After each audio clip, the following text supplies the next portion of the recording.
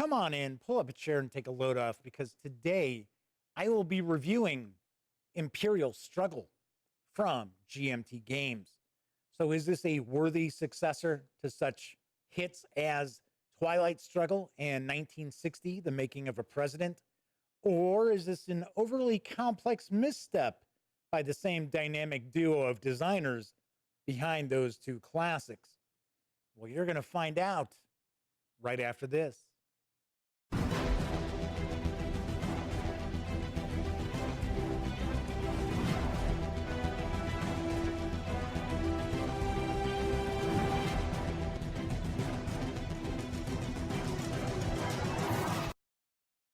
Howdy, howdy, howdy, gang. Yes, I'm Jeff McAleer, back once again as your host here at the Gaming Gang channel.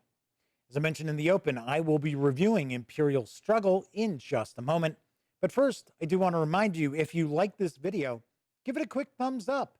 Subscribe to the Gaming Gang channel if you haven't already. And if you do subscribe, ring that notification bell because it will not only let you know when I upload videos such as this, it'll also inform you when my live stream, The Daily Dope, airs right here on YouTube, Monday through Thursday nights, as I bring you the latest in tabletop gaming news. And of course, when you're not watching videos on the Gaming Gang channel, be sure to visit thegaminggang.com for all the latest in gaming news, reviews, and a whole lot more. So before I jump into the review, there are two things I do want to point out. First off, it has always been the policy of the Gaming Gang since we launched in 2010 that we play a game 3 times before we put together a review, unless the game was god awful. But that didn't happen too often, and it usually does not happen. But our policy has always been play a game 3 times. That way, it's pretty difficult for you to play the game incorrectly 3 times. It's pretty easy to play a game once. You might have played it wrong, so you might review something poorly that deserved a better score. That being said, I have only played Imperial Struggle twice because the pandemic going on right now has really thrown a huge monkey wrench into the ability for the gang to get together and play games for review, especially multiple times. So I don't want to sit and wait, say, another month or two to get another play of Imperial Struggle in order to do the review. So I just believe in transparency. I've only played this twice. Second item I do want to point out is this is not a how to play. I know a lot of times with my reviews, I'll share a bit of a how to play. I am not going to do that I should say, with this video, mainly because this has been out for a bit. And I know there are some really fantastic how to play videos out there already. So I don't need to be redundant with that. Plus, I'm hoping to maybe get this review in under 30 minutes, right around 30 minutes. And folks know I like to babble. So that's going to be a challenge. But I do want to try to get this video put together and out there a little shorter than usual. So with that said, as I mentioned, we are going to be diving into Imperial Struggle from GMT Games. It is designed by Ananda, Gupta, and Jason Matthews. It is for 2 players, ages 14 and up, plays in 2 to 4 hours, and it does carry an MSRP of $59.99, which I will point out is a fantastic MSRP on this game. You are getting a lot of game for your $59.99. All right, so let's swing on over to the other camera because I've got the game board laid out. I don't have everything set up, but I do have the game board laid out. We are going to kind of take a tour of the board. I will zoom in, show off some of the systems that are at play in this game. But suffice to say, Imperial Struggle is the rivalry between England and France from right around 1697 to 1790, 1789, right around there. So almost 100 years. So the areas of the world that were pretty up in the air, there was a seesaw back and forth battle essentially between England and France to control or influence various areas, those are featured on this board. So we have North America, we have Europe, we have India, and we also have the Caribbean. So these are the 4 areas of the board. One thing I will stress, and I'm probably going to say this more than once during this review, Imperial Struggle is not Twilight Struggle. It is not 1960. This is more complex than either one of those games. It has less of the card-driven action. In fact, this really isn't a card-driven game at all. There are event cards that will come into play, but not to the extent that you would see in Twilight Struggle or 1960. Also, the time it takes to set this game up is quite a bit more than either Twilight Struggle or 1960. The amount of effort involved to learn how to play Imperial Struggle is going to be quite a bit more than Twilight Struggle or 1960. So I want to get that out of the way, because I do believe there are some folks out there who have a misconception that, oh yeah, this is just going to be like Twilight Struggle, but instead of the Cold War, it's just England and France. No, not at all. So in my opinion, I think Imperial Struggle doesn't really share that many core elements with Twilight Struggle, and that's okay. That's a cool thing. This is a more complex simulation than Twilight Struggle is. So I want to get that out of the way, that I want to avoid any disappointment people might have thinking, oh yeah, this is just, yeah, it's a reskinned Twilight Struggle. Absolutely not. All right, so we're going to kind of take a look at the board here. Then I'm going to zoom in and show off some other things. So the game plays over a period of 6 peace turns and 4 war turns. And we've got our track right here. So we have the first 2 turns is essentially the succession era. The middle 2 turns are the Empire era. And then the last 2 turns are the Revolution era. We have 4 war periods that interspace and interrupt that gameplay as well. So we have the War of Spanish Succession, we have the War of Austrian Succession, we have the 7-Year War, and then we've got the American War for Independence, the American Revolution. That is the final war. And then we actually have one final turn after that. So we have these different areas. So you're going to see we've got all these different, we've got diamonds, and we've got hexagons, and we've got squares, and we've got pentagons, pentagons, whatever you want to call it. They got the 5 sides all across this board. So I'm going to explain what each of these does. So there are 3 main elements that the 2 powers are competing in. We've got economics, diplomacy, and military. So if an area is something that is diplomacy, it'll be a diamond. If it's something that is economics, it'll be a circle, which is essentially a market. And if it's military, we have both these forts on the board, and we also have these war sheets that I'm going to show you in just a moment as well. So we will actually score victory points every turn. Very different than Twilight Struggle. But there are no, oh, well, we're scoring India because I've got the India card. No, every turn we are going to score victory points. And you will get victory points for each of these areas that you have the most flags on. So as an example, this is a flag. So that's France. If I flip that over, that would be England.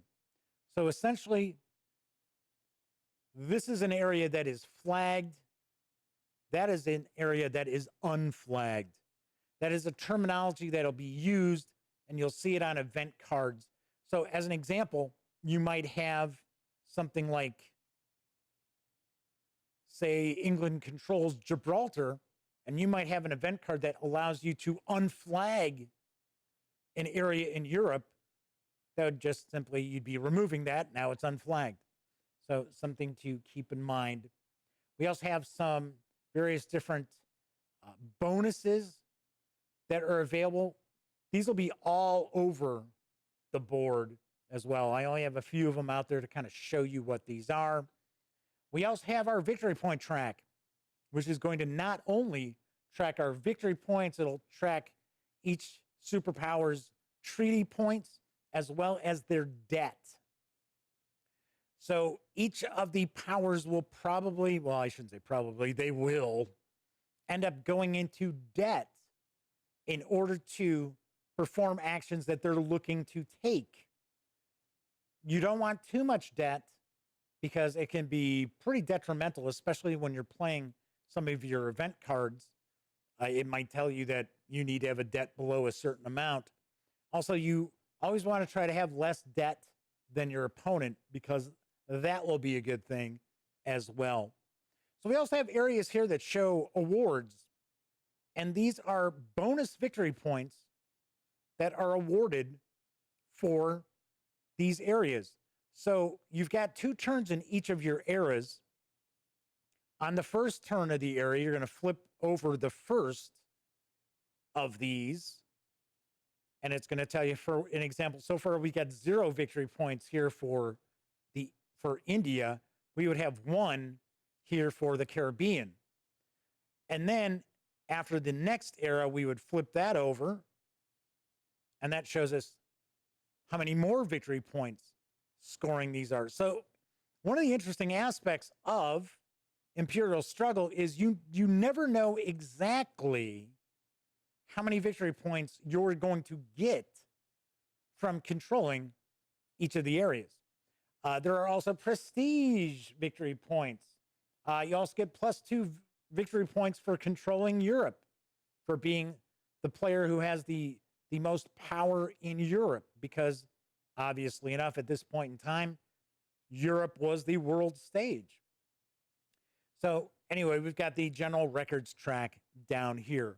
We have the ability to open up markets, create navies. We can take over forts. We can build forts. There's a lot of stuff going on in this game as well. So that's very important. Like I said, there's way more complexity to this than in either Twilight Struggle or 1960. Something else to get victory points for is global demand. Because remember, we're competing diplomatically. We're also competing economically. So there are 6 different markets. We have furs, spice, fish, tobacco, sugar, and cotton. You'll see that we've got little icons of those different sorts of resources that are available, the different markets. So what you'll do is each turn you actually will flip up randomly. I would recommend you just toss these into an opaque container, a coffee cup, something like that. You're going to flip over 3 of these resources, and that is the global demand. So fish, furs, and tobacco would be what the world is looking to buy right now. They're the only resources that you would earn victory points for during that turn.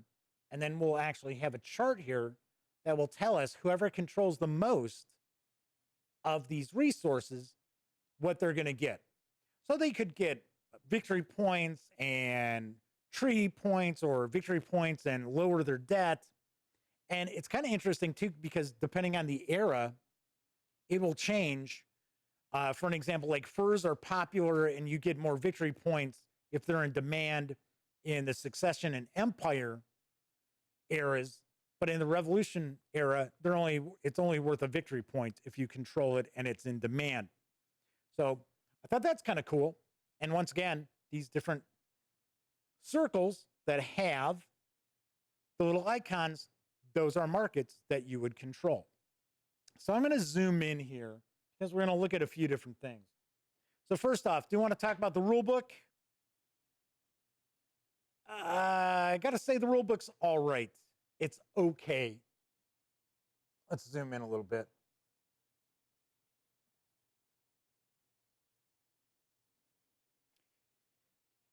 I don't want to say it's a bad rule book, but it is it's things don't connect as well as they should. And I mean, it's not the worst rule book I've seen from GMT, but it's certainly also not the best rule book I've seen from GMT. It's not long. It's only about 20 pages. And about 16 of those are actually rules. But the saving grace is actually the playbook, which I've pointed out many times when I'm doing a GMT review. I always read the playbook first because I always find that it's easier for me to learn how to play the game by reading the playbook. And of course, this has an extended example of play in it. And then when I start reading the rules, then they make far more sense. So we've got a pretty good sized, pretty good length. It's about 10 pages of the example play. Then we get the historical background of the different cards as well. Just kind of give you an idea. Always love the playbooks. Get some designer notes as well. So here, this will give you a little better look at the game board itself. So as I mentioned, these are diplomatic. These are the markets. And these are the like the bonuses right there. These are the bonus tiles. And then also we've got, here we go. Here's one. This would be military here. So these would be military. So the premise mainly of the game is, as I mentioned before, this is not a card-driven game. There are event cards that do take place that you can play, but you are not going to be playing an event card every turn. So essentially what the game really is, it's almost like a worker placement game because you're going to have, they call them investment tiles, but they're really action tiles. So each turn, you're going to reveal 9 of these action tiles, these investment tiles. And they're going to tell you what you can do. So whoever is losing, whoever has the fewer victory points, is going to have initiative. So they're going to have the opportunity to go first if they want. They can also have their opponent go first. But if you have initiative, you get to choose, are you going first or are they going to go first? So as an example, let's say that the British are going to be going first. So we take a look at these actions. So if it's got coins, it's economic. If it's got the quill, then it is diplomacy. And if it's got, I don't even know what that's supposed to be. Got to be honest, it's like cannonball or something. That's military. Also, you'll see underneath, there's also a small icon with a number under it. So essentially what this is doing here is if I decided I wanted to take this action tile, I'm going to have the opportunity to spend 4 points for economics and also 2 points on diplomacy. So this is showing you the little icons. Now, if there is what looks like a cross, almost like a dagger, that means whoever has this gets to play an event card. We also have these rotating arrows. That allows players to look at and replace their war tiles, which I'll get to that in just a moment. So as an example here, if the British were going first, let's say the British decide, hey, they want to go with that military 4. So they're going to drop British first on it. Then it'd be the French player's turn. And they say, okay, well, you know what? I'm going to go with the 4 economy and 2 military. And then you're just going to go back and forth choosing the different tiles that you want. So as I mentioned before, I'm just using these as examples here. This is what it'll end up looking like. You will not get to play event cards every time it's your turn. So we don't have as many event cards either as we're used to seeing previously in Twilight Struggle as well as 1960. So we do have the event cards. They're broken up into 3 decks. We start off the game with the succession deck. So these are the various different cards that we've got. And it'll show us on the card. I'm going to zoom in to get a better look at this in just a second. In fact, I'll do that right now. Let's get a little closer in.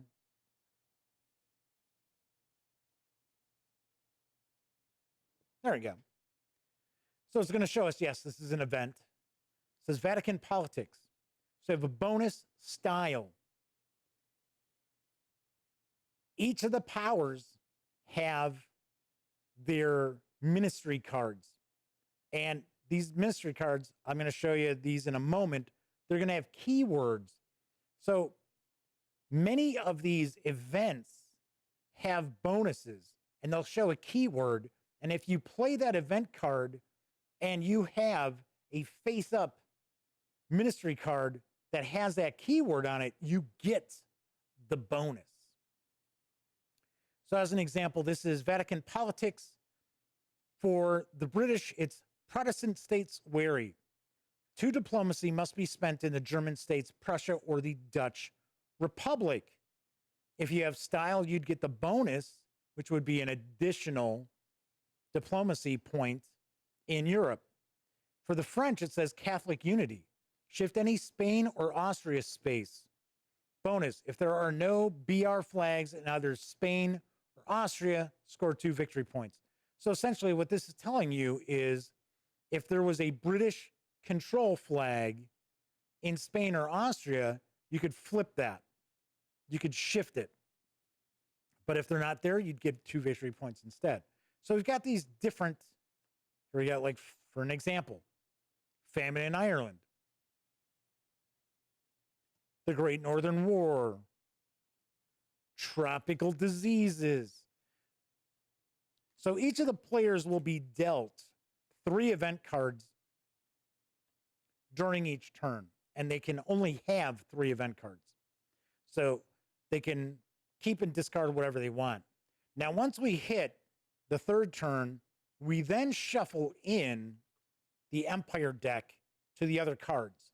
So we would have Succession and Empire cards in the mix. Once we get to turn 5, as we enter into the Revolution era, we would take the Succession cards out. Whatever Succession cards were remaining in the deck, we would remove those and we would shuffle in the Revolution era cards. So pretty easy with that. So it's very important when you're selecting your action tiles that you have an opportunity to perform actions. Now, it's possible. This is all random. You're just pulling these, flipping these over randomly. It's possible you might have a turn where you might only have 1 or 2 actions. Hey, you know what? You better jump on those tiles if you want to be able to use your actions. So, and of course, once you use them, you're just going to discard them out, put them over there. And then once that turn is over, just remove them and replenish your available investment tiles.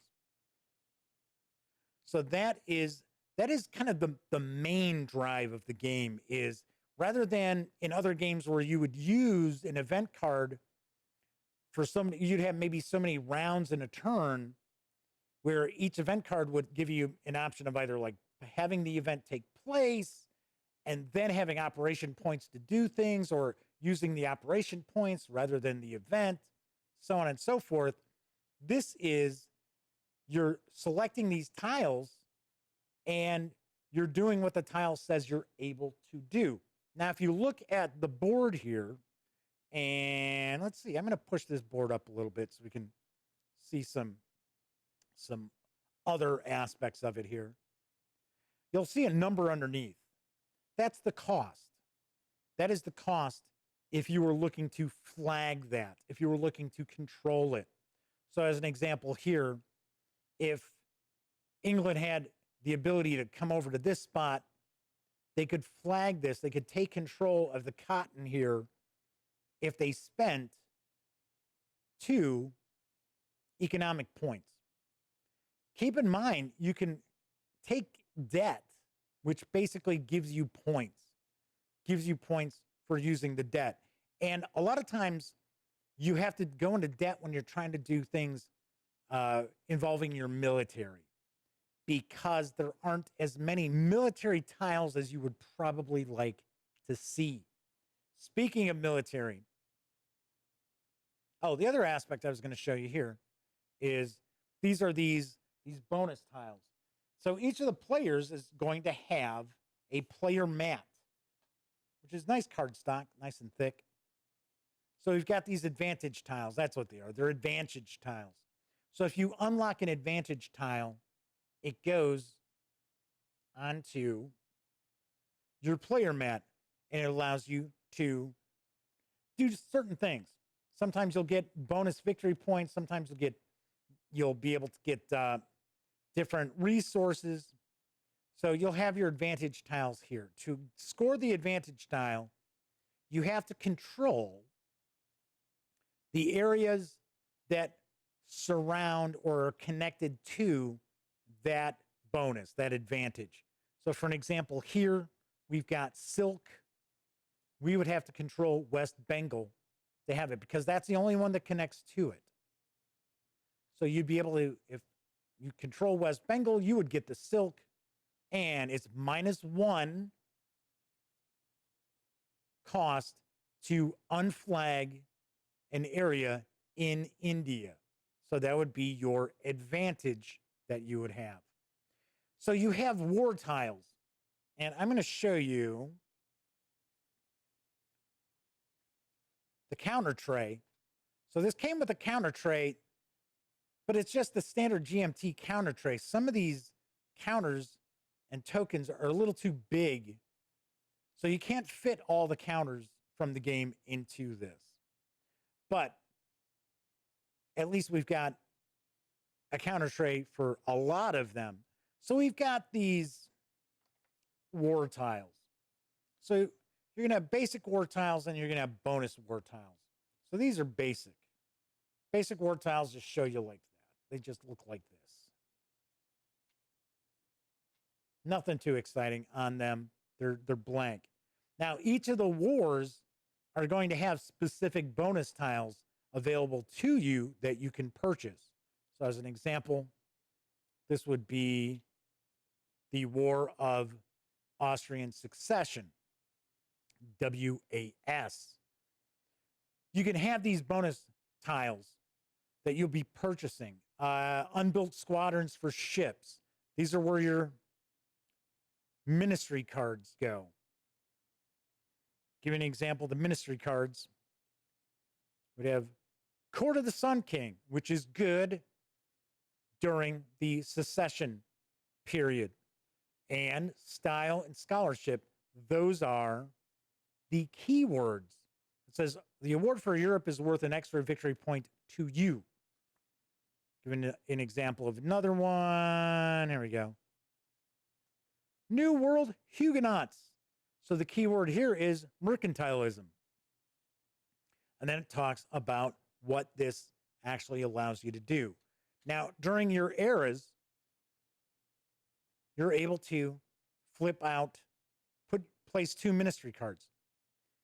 So you can play your ministry card and leave one face down. If you leave one face down, that means you can replace that whenever you'd like. If you reveal both, then they have to stay that way for the era. So these would have to be in play through the succession era. So we also have other areas that you would put counters as well. So, for an example, constructing forts, repairing or sieging forts. You can have conflicts. You can assign conflicts to different areas to try to take control of them from the other player. Like I said, there's a lot of stuff going on. I'm just trying to give you kind of an overview here. So now let's talk about the wars. So we've got 4 different war turns. So the first war we have is the War of Spanish Succession. So each of the wars is going to have 4 areas. So here we see we've got Central Europe, we've got Spain, we've got Queen Anne's War, and the Jacobite Rebellion. It's going to tell us where these take place. So, got Europe, North America, Europe. So we're going to assign, well, as we're playing the game, we know the War of Spanish Succession is the first war that comes into place. We're going to have this alongside the game board. So you need some space for this game because not only do you have the war board, each of your players also has their player mats, and we also have the investment tiles and event deck board. So what'll happen here is you would have your war tiles, right? And then, of course, on the board itself, we also have areas that will allow you to get more points. So we'll have these various different diamonds and forts that will have pips on them. So that's giving you more strength. So basically what you're doing is you're adding up your strength points. So as an example here, this is basically saying -1, but we could have 0. We could have +1. And the thing is, when you assign the war tiles, the players don't know what they are. So if you remember, I was talking about how we've got the little arrows that allows the player who would perform this investment tile the ability to take a look at one of their war tiles and swap it out. So then it's going to say, okay, so what's the margin of victory? 1 to 2, the winner gets 2 victory points. Loser gets a treaty point. 5 or more, 3 victory points, plus 2 CP, and the loser would get the treaty points. So there are different ways for you to automatically win the game. One of the ways to automatically win is you win all 4 of these war areas during a war. If you do that, you've won the game. If you control all 4 regions on the board, then you also, let's zoom back out a little bit. And if you score the prestige victory points, you automatically win the game as well. So the actually the war turns move pretty quick because all you're doing is you're totaling up your military points and taking bonuses or subtractions from your war tiles. And then it'll tell you, okay, so what do you get bonus strength for? So you get bonus strength Austria, Bavaria, Denmark, Norway, Dutch Republic, German states, and Savoy. That'd be for the Central Europe. Here in Queen Anne's War, bonus strength is conflict markers that are in North America, forts you control in North America, and squadrons of ships, naval squadrons that you would control in the North America area. And that's pretty simple when you're figuring that out. So you will continue until somebody either wins by winning all 4 areas of a war or controlling all 4 areas of the board, as well as scoring the prestige victory points, or you finish up the 6th turn. And then when you finish up the 6th turn, well, actually, I take that back. You can also automatically win if the victory points come to 30, which means a victory for the French, or go to 0, which is a victory for the British. So just like Twilight Struggle, there is that seesaw back and forth. So, oh, well, I got 5 victory points for the French. 1, 2, 3, 4, 5. Oh, but 4 victory points for the British. 1, 2, 3, 4. So that's how that will go. So if you don't end up at 0, don't end up at 30, don't control all 4 regions and the prestige victory points, and you have not won all 4 areas of a war, once you finish up the 6th turn, you're going to do your final scoring for that turn, and whoever's closest to their side of the victory is the winner. And that, in essence, is Imperial Struggle.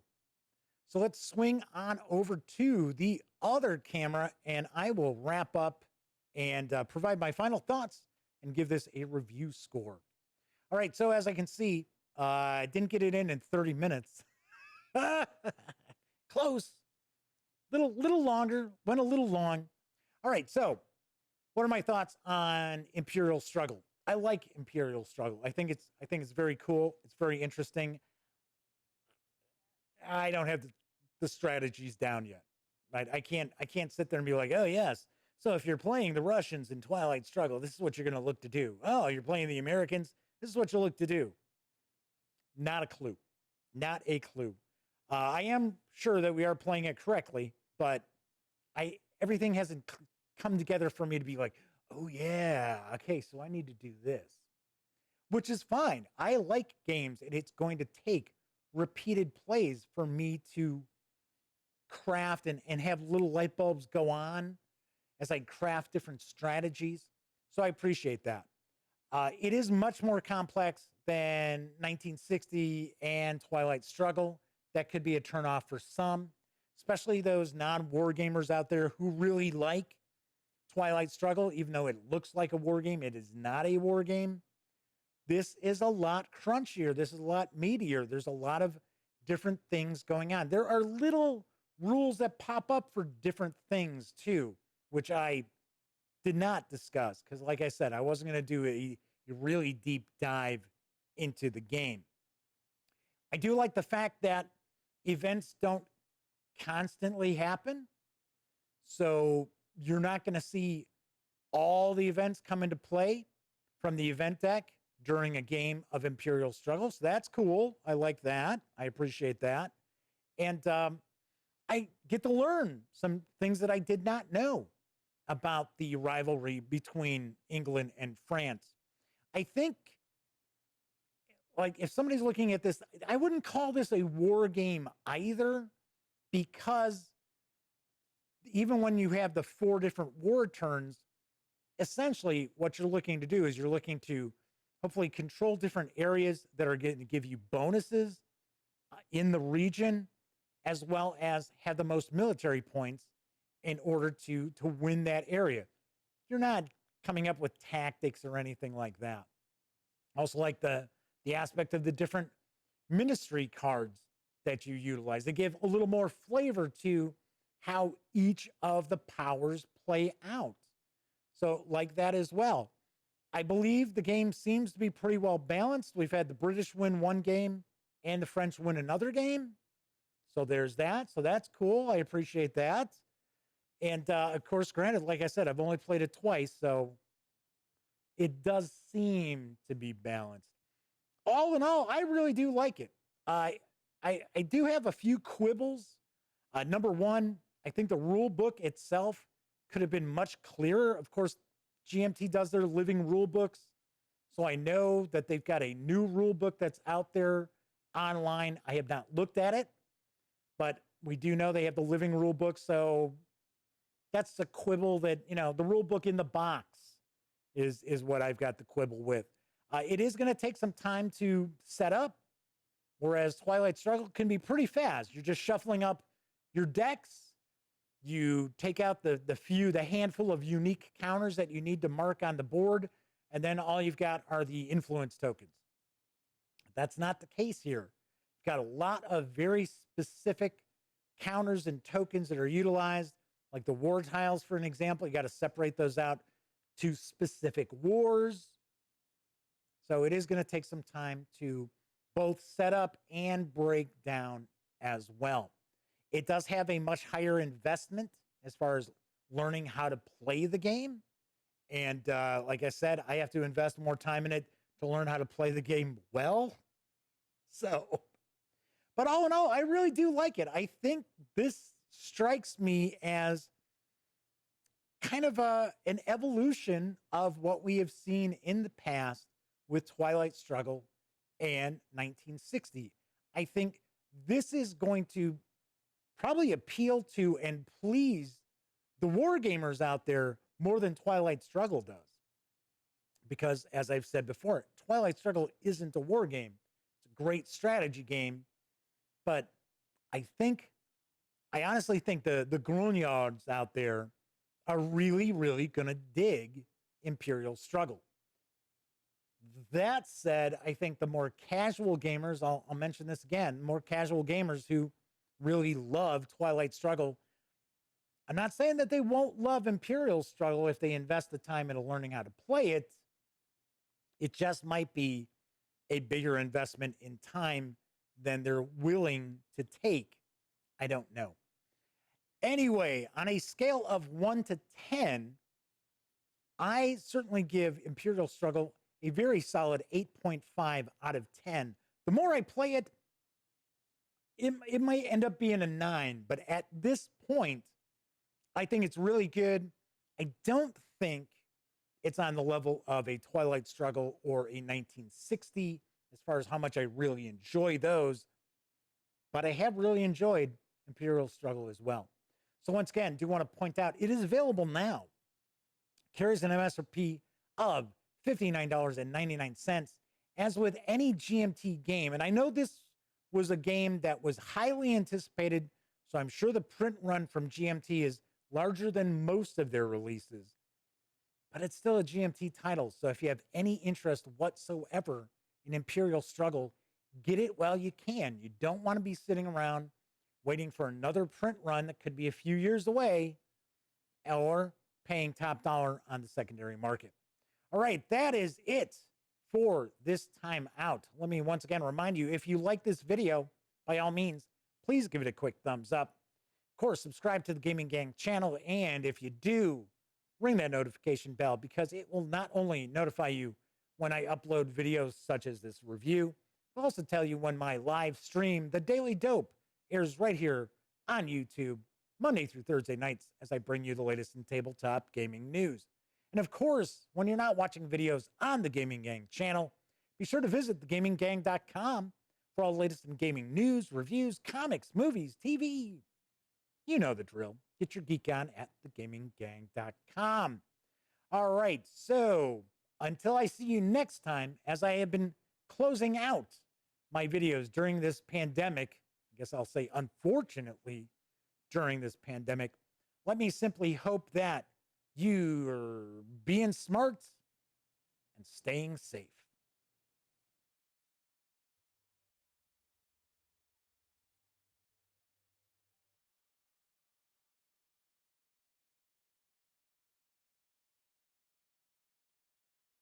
Oh, you're still here. Well, if that's the case, by all means, subscribe to the Gaming Gang channel by clicking right here.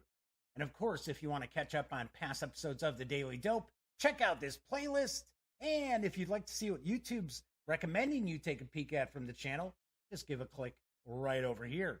Of course, I'm Jeff McAleer, and once again, thank you very much for watching.